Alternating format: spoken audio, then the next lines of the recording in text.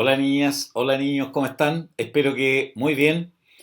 Bienvenidos a esta segunda parte de sistema nervioso. ¿Cuál es el objetivo de nuestra clase?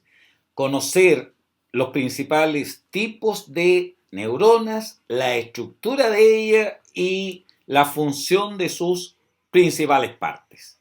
¿Está bien? Vamos entonces inmediatamente con el desarrollo de nuestra clase.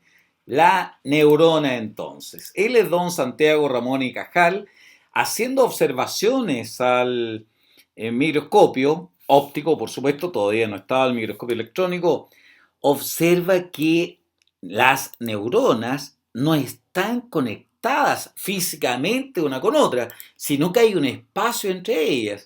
Vaya, vaya, dice él, esto sorprende al mundo científico en general. Él establece, don Santiago Ramón y Cajal, que la neurona es la unidad básica, estructural y funcional de nuestro sistema nervioso. ¿Ok? Esa es la estructura de una neurona al microscopio óptico. ¿Bien?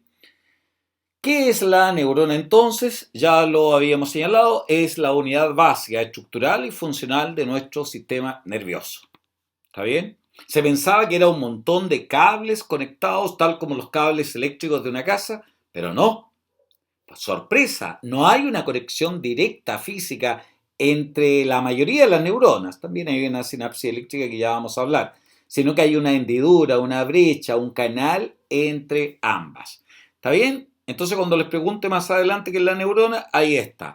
¿Cuáles son sus características principales? La excitabilidad, el ser sumamente irritables. No hay una célula más irritable, más excitable que una neurona. Y a la edad de nosotros ya no se, a la edad de ustedes tampoco, ya no se reproduce. ¿Es la neurona, creen ustedes, es la célula más abundante de nuestro sistema nervioso? No, no es la más abundante de nuestro sistema nervioso. Ya vamos a ver a la glía o célula de la neuroglia. Bien, esta es la estructura de una neurona general. ¿Qué tiene, profesor, una neurona? Bueno, tiene lo que tiene una célula animal común y corriente, pero además tiene algunas estructuras exclusivas. Por ejemplo, ¿qué vemos aquí en esta neurona clásica? Este es el cuerpo celular. Aquí ocurre la mayor parte del metabolismo celular, la producción de energía principalmente en este núcleo. Ahí está la información genética de la célula. Bien, hay una serie de proyecciones más cortas que ven ustedes aquí, que salen desde el soma o cuerpo celular y que se denominan dendritas, con función antenal. ¿Qué es lo que hacen las dendritas? Reciben información nerviosa de otras neuronas y conducen siempre en esta dirección, niñas, niños, hacia el soma, hacia el cuerpo celular. Y normalmente hay una proyección única también, más larga, como ven aquí ustedes, que se denomina axón o cilindro eje. Sumamente largo. ¿Está bien? En comparación con el soma. Este es el axón o cilindro eje. Siempre que usted vea un axón, el impulso nervioso fluye desde el soma hacia el extremo del axón, por una dendrita hacia el soma. Por eso se dice que conducen en dirección centrípeta y conducen en dirección centrífuga. ¿Está bien? El conjunto de somas, tome nota por favor de esto, niños, niñas, el conjunto de somas neuronales forma un ganglio. Se llama núcleo del sistema nervioso central y en la periferia se llama ganglio nervioso. Entonces, cuando hablemos de los ganglios nerviosos, se refieren a cúmulos de somas.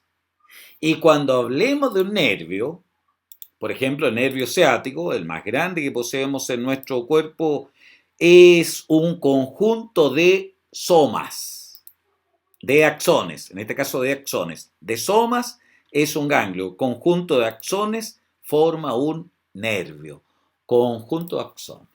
¿Está bien? Sigamos entonces. Bueno, tiene aparte las dendritas un nucleolo, donde se ensamblan las subunidades de los ribosomas. ¿Recuerdan? El núcleo doble membrana aísla, protege al material genético. Se pensaba que eran unas estructuras específicas de las neuronas, pero no, son retículos endoplasmáticos rugosos principalmente. Y al final de este axón, miren lo que encontramos, ramas terminales para conectarse con otras neuronas, o con un músculo, o con una glándula. Esas se llaman ramas terminales o telodendrones. ¿Está bien? ¿Qué más? Encontramos, en muchos casos, sobre todo cuando los axones son demasiado largos, hay axones niños de neuronas, niñas, que miden más de 1 metro de largo. Por ejemplo, unos que van desde la base de la médula espinal hasta la punta del dedo gordo del pie, una sola neurona. O sea, profesor, ¿puede medir 1 metro una neurona de largo? Por supuesto, 1 metro de longitud. ¿Está bien?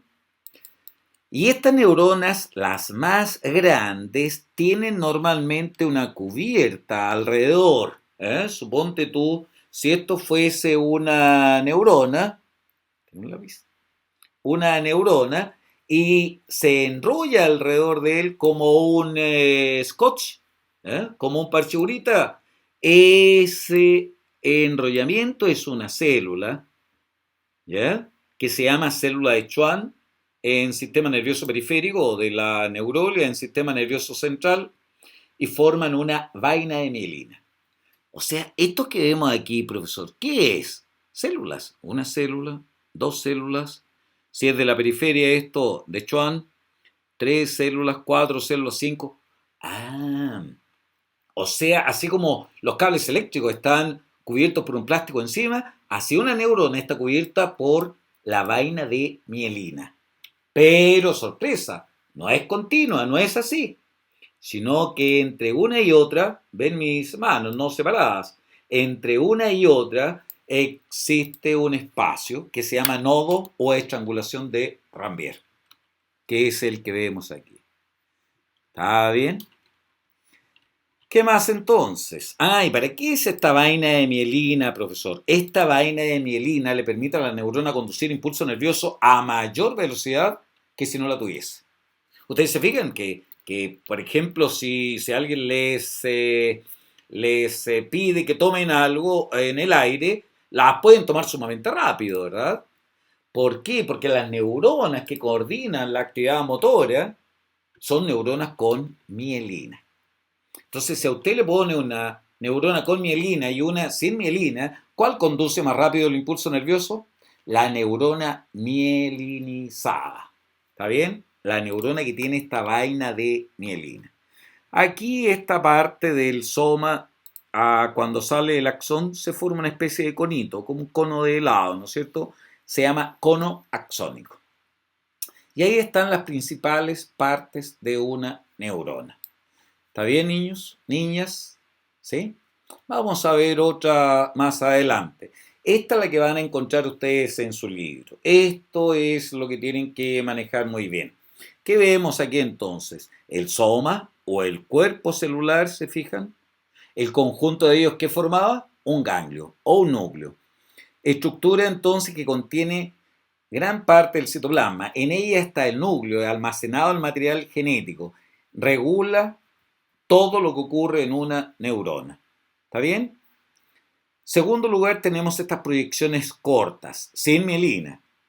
¿Cuál es la función de estas dendritas? Conducir impulsos nerviosos hacia el soma. ¿Está bien? Son normalmente más cortas que el axón. El axón o cilindro eje es único. Ellas, dendritas, como ven ustedes aquí, hay varios. ¿Está bien?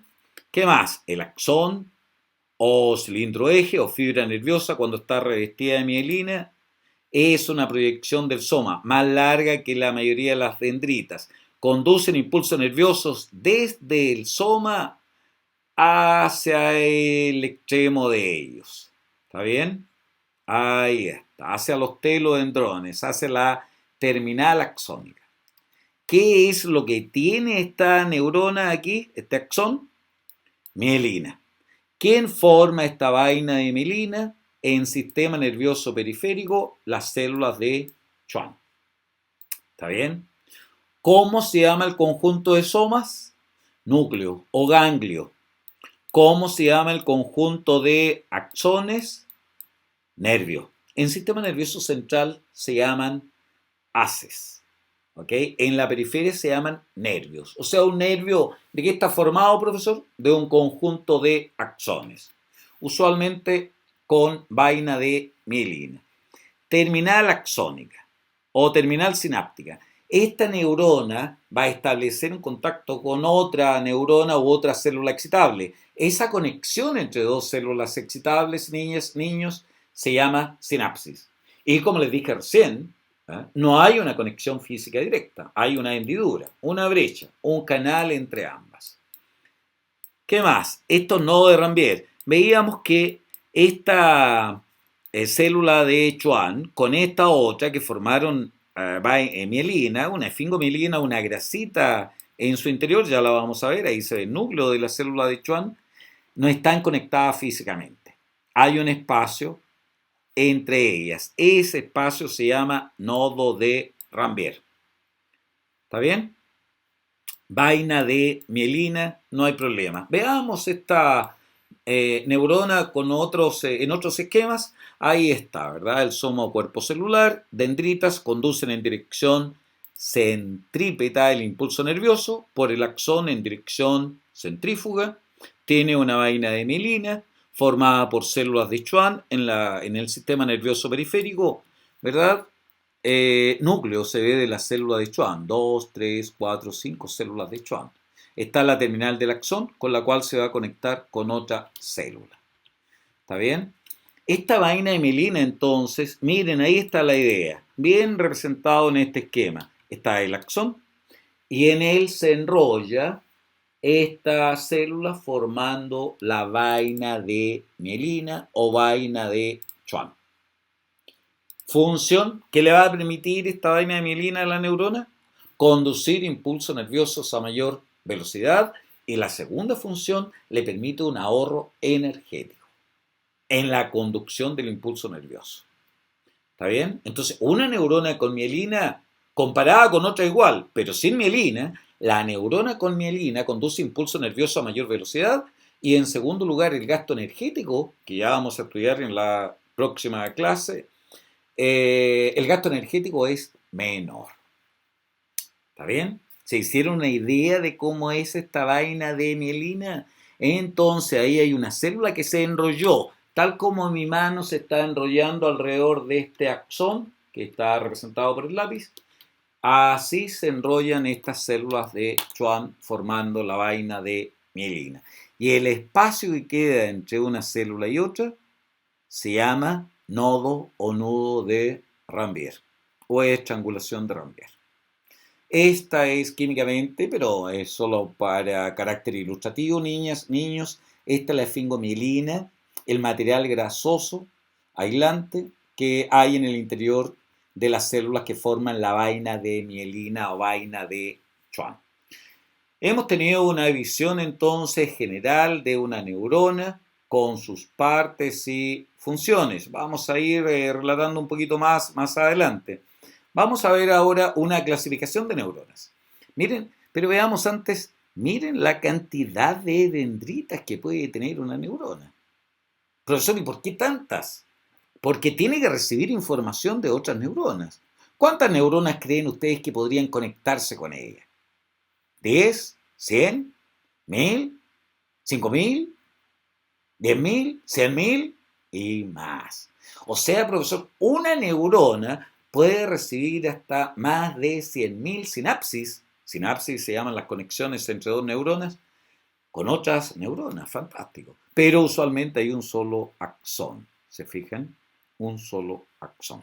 Este esquema de la neurona representa una neurona de nuestro cerebelo.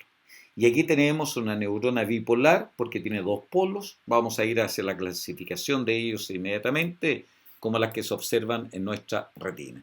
Entonces, clasificación de neuronas, niñas, niños, de acuerdo al número de prolongaciones que tiene. Hay neuronas bipolares con dos prolongaciones, siempre es un solo el axón. ¿Y cómo voy a saber cuál es el axón, profesor? Viendo la dirección en la que fluye el impulso nervioso. Si el impulso nervioso fluye desde el soma, es un axón. Hacia el soma es dendrita. Las que tienen múltiples polos, ¿verdad? Como estas, se llaman, obvio, multipolares. Y estas que parecen tener un solo polo, le pusieron falsas unipolares. Pseudo es falso, unipolares. Profesor, ¿y esto qué sería? No sé, pues, si el impulso nervioso fluye en esta dirección, miren. Ah, sí, ¿qué sería? Un axón. Y esta que conduce hacia el soma sería una dendrita. También vamos a clasificar las neuronas de acuerdo a su función. Hay neuronas que se llaman sensitivas porque conducen información hacia el sistema nervioso central. ¿Se acuerdan de nuestra clase anterior? Yo aplico un estímulo aquí, se dispara un impulso nervioso en el receptor, eso se llama transducción, el impulso nervioso va hacia el sistema nervioso central. Esa neurona por la que fluye se llama neurona sensitiva. Y si yo me he enterrado aquí un alfiler, por ejemplo, ¿alcanzan a ver algo? Yo lo siento porque la información llegó a mi sistema nervioso central, pero ahora emito una respuesta por una neurona motora o efectora para retirar mi mano. ¿Está bien? Entonces hay neuronas sensitivas, neuronas motoras y las neuronas que están entre ambas se llaman neuronas internunciales o interneuronas o neuronas de asociación. ¿Está bien? Entonces tenemos neurón. Si yo voy a retirar mi mano porque toqué un objeto caliente, por ejemplo, casualmente, y retiro mi mano, el estímulo actuó sobre el receptor transformó la energía del estímulo en un impulso nervioso, entró por una neurona sensitiva o aferente a mi sistema nervioso central, pasó a una interneurona, que puede faltar en algunos casos, o de asociación, y sale por una neurona motora o eferente hasta el efector. ¿Se acuerdan los efectores de nuestra clase pasada, no? ¿Quiénes son? Los músculos y las glándulas. Entonces tenemos neuronas según el número de prolongaciones. Yo les pido que me hagan una clasificación. Ustedes me van a nombrar las tres y las definen. Neuronas de acuerdo a su función. Ahí está, y que vamos a aprovechar de repasar en esta otra diapositiva. Esto que estamos viendo, lo vamos a reiterar un poquito más adelante también en otra clase, es un arco reflejo, arco con R, para no confundirlo con un acto reflejo. ¿Ok? ¿Qué es lo que vamos a hacer aquí? ¿Qué es lo que pasó? Está claro, ¿no? La persona puso su mano sobre un objeto punzante, una tachuelita. ¿Ustedes saben lo que es una tachuela? Un clavito chico, ahí está. Entonces, puso su mano ahí y la va a retirar, claro. ¿Qué es lo que ocurre aquí? Quien percibe ese estímulo es un receptor. ¿Qué es un receptor? Una estructura que transforma la energía del estímulo en un impulso nervioso. ¿Por dónde entra el impulso nervioso hacia el sistema nervioso central, profesor? Por una neurona sensitiva. Otro nombre, aferente. ¿Ok? Ahí va. Y establece en este caso contacto con esta neurona que está entre la sensitiva y la motora. ¿Se acuerdan cómo se llama? Interneurona o neurona intercalar o de asociación. Y ella se conecta con una neurona motora que nos va a permitir llevar el impulso nervioso hasta el efector, que en este caso es un músculo. Ahí está. Y vamos a retirar la mano. ¿Está bien? Las estructuras entonces que participaron, el receptor, la neurona sensitiva o aferente, la neurona internuncial o intercalar, la neurona motora o eferente y el efector, ellos forman el arco reflejo. Y el comportamiento de retirar la mano se denomina acto, con C, acto reflejo. ¿Está bien? Bueno, ¿qué se ha preguntado en algunas pruebas de selección para la universidad? ¿Qué neurona puede faltar? ¿Qué estructura puede faltar en un arco reflejo? Piénsenlo, ponga pausa. ¿Cuál creen ustedes que podría estar ausente? Muy bien, está ausente la neurona intercalar o de asociación. Claro que en ese caso la neurona motora esta de aquí, tiene que estar en contacto directo con la neurona sensitiva. ¿Está bien, niñas, niños? Entonces, de acuerdo a la función, hay neuronas sensitivas o aferentes, neuronas motoras o eferentes e internunciales o intercalares. Quiero que en algún momento vamos a estudiar más adelante la médula espinal, pero quiero que nos quede claro inmediatamente lo que es un conjunto de somas. Miren, ¿cómo se llamaba el conjunto de somas neuronales? Ganglio.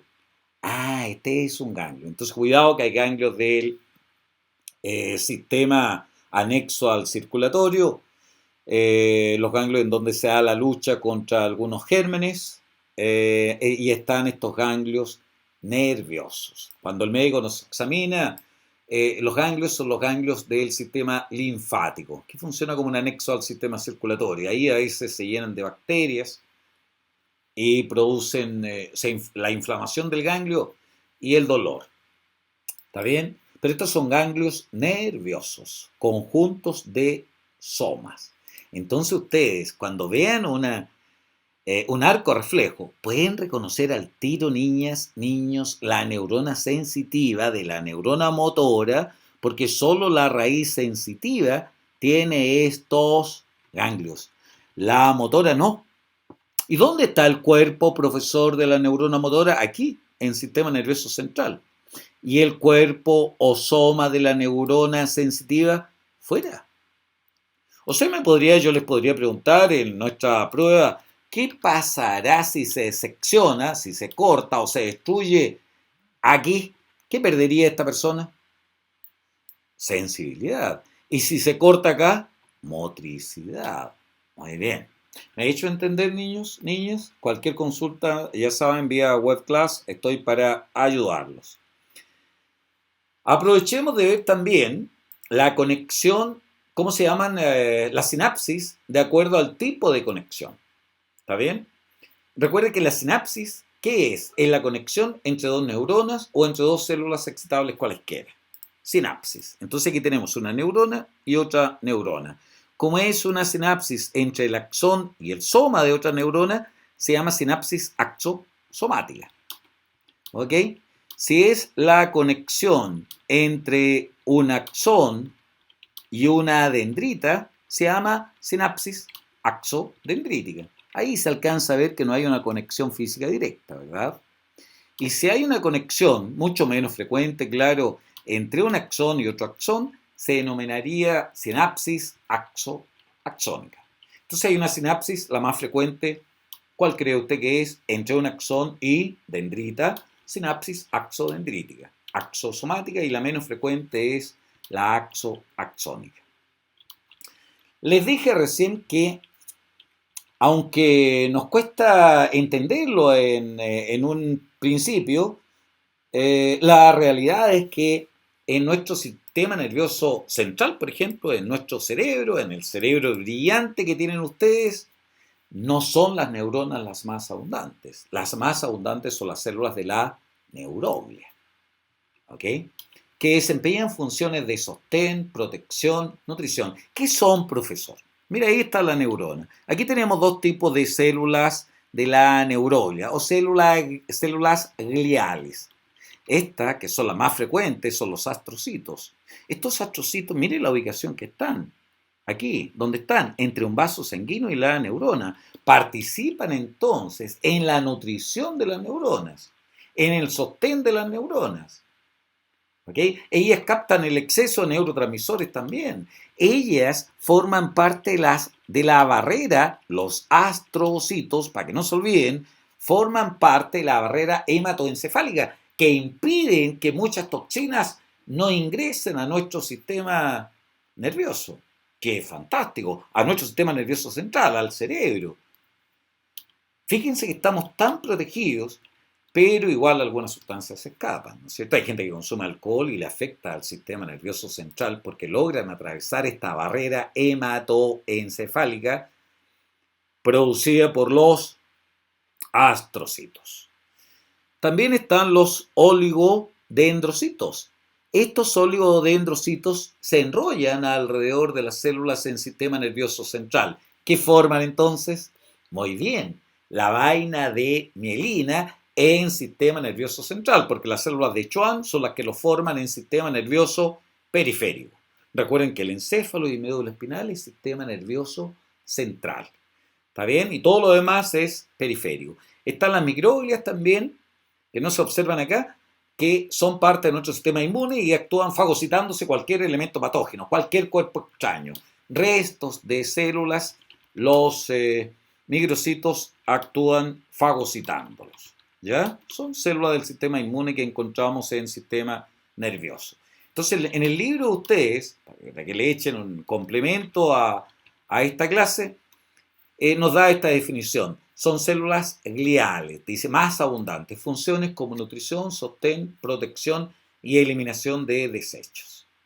¿Ya? Por ejemplo, las células de Schwann, que forman la vaina de mielina en sistema nervioso periférico. Pero aquí está la función de la neuroglia. Los astrocitos que veíamos recién se ubican en capilares del cerebro, forman la barrera hematoencefálica. Nutrición. Sostienen, protegen, aíslan, nutren los astrocitos. ¿Está bien? Son las más abundantes. ¿Se acuerdan de las microglias? Ellas son las que actúan frente a inflamación, daño del tejido nervioso. Se comen organismos patógenos que pudieran llegar hasta ahí. Ellos tratan de fagocitar. Los restos de células, ellos se los comen y los destruyen. Están los oligodendrocitos que veíamos recién, forman la vaina de mielina en sistema nervioso central, y están las células de Schwann que forman la vaina de mielina en sistema nervioso periférico. También están las células ependimales que recubren una cavidad que hay al medio de la médula espinal, pero que ya vamos a estudiar. Entonces, ¿se acuerdan de ellas, no? Los astrocitos, ¿qué están haciendo? Nutren, sostienen también, forman parte de la barrera hematoencefálica. Ahí se ve los oligodendrocitos. ¿Qué es lo que forman, niñas, niños? La vaina de mielina. Estas células de la microglia, ¿qué es lo que hacían? Muy bien, fagocitan restos celulares. ¿Vamos bien? Bueno, este calamar gigante, este invertebrado, niñas, niños, ¿por qué lo tengo aquí? Porque él ha permitido gran parte del conocimiento que se tiene de la neurona y su funcionamiento. Es fantástico porque es un axón visible a simple vista incluso. ¿Ok? Entonces, los estudios que se hacen con él son fantásticos. Permiten experimentar, introducir electrodos en su interior. Ahí está. Entonces vamos a disecar este calamar. Vamos a sacarle el axón. Ahí está. ¿Te fijas? Y quiero que manejemos inmediatamente algunas características de este axón. Cuando uno pone un microelectrodo en su interior y el otro en el exterior, encontramos que hay electricidad. Hay una diferencia de cargas a ambos lados de la membrana. Internamente, fíjense en la diapositiva, pongo pausa. ¿Qué carga tiene por dentro y por fuera? Internamente, la neurona presenta carga negativa y externamente positiva. Por acuerdo se decidió llamar a esto diferencia potencial, potencial de membrana o potencial en reposo. ¿Qué es el gradiente eléctrico? Gradiente es diferencia. Gradiente es la diferencia de cargas que hay a ambos lados de la membrana. Positiva por fuera, negativa por dentro. ¿Cuánto vale aproximadamente, profesor, este gradiente de voltaje? Menos 70 milivoltios. ¿Está bien? Menos 70 milivoltios. ¿Y a qué se debe este gradiente, profesor, de cargas o gradiente eléctrico? Se debe principalmente a 3 iones más algunos aniones con carga negativa que hay en el interior de la neurona. ¿Por qué la neurona es negativa por dentro, profesor? Hay moléculas orgánicas con carga negativa en el interior. ¿Está bien? Y no lo olviden más entonces, ¿no? En el interior de la célula hay gran cantidad de moléculas con carga negativa. Pero los que se mueven a través de las neuronas son estos tres iones: el potasio, que es un catión, igual que el sodio, y el cloro, que es un anión. La próxima clase, niños, vamos a darle vida a la neurona, vamos a echar a andar un impulso nervioso. ¿Qué necesito para esto? Que no se olviden ustedes, bueno, todo lo que hemos estudiado, que no se olviden que por dentro la neurona tiene carga negativa y que en segundo lugar, el ion de estos tres, sodio, cloro, potasio, más abundante en el interior de la neurona es el potasio, unas 20 veces más concentrado en el interior que en el exterior. Todo lo demás, el sodio y el cloro, son más abundantes en el exterior de la célula. El único ion más abundante en el interior de la célula es el ion potasio. ¿Está bien? ¿Sí? Adentro, potasio. Dos cosas entonces. El ion más abundante adentro es el potasio y el medio interno de la neurona tiene carga negativa. Entonces me preguntan, ¿dónde hay más sodio? Afuera, porque el único más abundante adentro es el potasio. ¿Dónde hay más cloro? Afuera. ¿Dónde hay más calcio? Afuera. Si el único más abundante adentro es el potasio. ¿Está bien? ¿Qué más? Las cargas, pues. El potasio y el sodio, carga positiva, se llaman cationes. Y el cloro, carga negativa, es un anión. ¿Está bien? ¿Me he hecho entender, niños, niñas? Bueno, hemos así terminado esta clase. Espero que les haya gustado. Vamos con algunas actividades. Quiero que me definan esto ustedes, que la neurona, la clasificación de neuronas, sepan los tipos que hay, por qué se llama sensitiva, motora, ¿verdad? Multipolar, unipolar, pseudo-unipolar, los tres tipos de sinapsis y sus características. Quiero que manejen la función de los astrocitos, tienen forma de astros, estrella, por eso lo pusieron así. Oligodendrocitos, oligo es pocas ramificaciones. Las microglias, células más pequeñas del sistema inmune. Las células de Schwann, la función en ese tipo, ¿está bien? ¿Qué más? La carga que presenta la neurona internamente, externamente. ¿Cuáles son los iones más abundantes en el interior y en el exterior de la neurona? Y no se olviden, niñas, niños, que todos, pero principalmente ustedes, todos podemos ser genios. Sigan cuidándose. Saludos para todos. Un abrazo virtual. Que sigan muy bien. Chao, chao.